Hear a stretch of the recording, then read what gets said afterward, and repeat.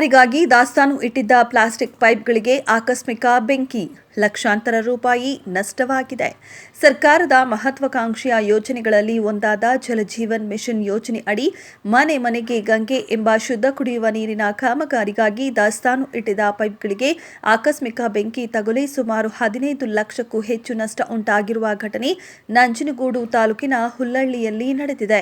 ಹುಲ್ಲಹಳ್ಳಿ ಪಟ್ಟಣದಲ್ಲಿ ಜಲಜೀವನ್ ಮಿಷನ್ ಕಾಮಗಾರಿ ನಡೆಯುತ್ತಿದ್ದು, ಅದಕ್ಕಾಗಿ ಗುತ್ತಿಗೆದಾರರು ಗ್ರಾಮ ಪಂಚಾಯಿತಿ ವ್ಯಾಪ್ತಿಯಲ್ಲಿ ಪೈಪ್ಗಳನ್ನು ದಾಸ್ತಾನು ಇಡಲಾಗಿತ್ತು ಎನ್ನಲಾಗಿದೆ. ಸುಮಾರು 40 ಕಿಲೋಮೀಟರ್ ಉದ್ದಕ್ಕೆ ಅಳವಡಿಸುವಷ್ಟು 2 ಮತ್ತು 2.5 ಇಂಚು ಪೈಪ್ಗಳನ್ನು ಇಲ್ಲಿ ದಾಸ್ತಾನು ಇಡಲಾಗಿತ್ತು. ಪೈಪ್ ದಾಸ್ತಾನು ಇಟ್ಟಿದ್ದ ಸ್ಥಳದಲ್ಲಿ ಇದ್ದಕ್ಕಿದ್ದಂತೆ ಏಕಾಏಕಿ ದಟ್ಟವಾದ ಬೆಂಕಿ ಮತ್ತು ಹೊಗೆ ಕಾಣಿಸಿಕೊಂಡು ಪೈಪ್ಗಳು ಸಂಪೂರ್ಣ ಸುಟ್ಟು ಕರಕಲಾಗಿವೆ. ಇದರಿಂದ ಅಕ್ಕಪಕ್ಕದ ಮನೆಗಳವರಲ್ಲಿ ಕೆಲ ಕಾಲ ಆತಂಕ ಸೃಷ್ಟಿಯಾಗಿತ್ತು.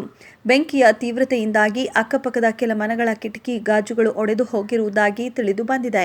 ಇನ್ನು ಬೆಂಕಿ ಅನಾಹುತಕ್ಕೆ ಕಾರಣ ತಿಳಿದು ಬಂದಿಲ್ಲ. ಇದಕ್ಕೆ ಸಂಬಂಧಿಸಿದಂತೆ ಗುತ್ತಿಗೆದಾರರು ಹುಲ್ಲಹಳ್ಳಿ ಪೊಲೀಸ್ ಠಾಣೆಯಲ್ಲಿ ದೂರು ನೀಡಿದ್ದಾರೆ.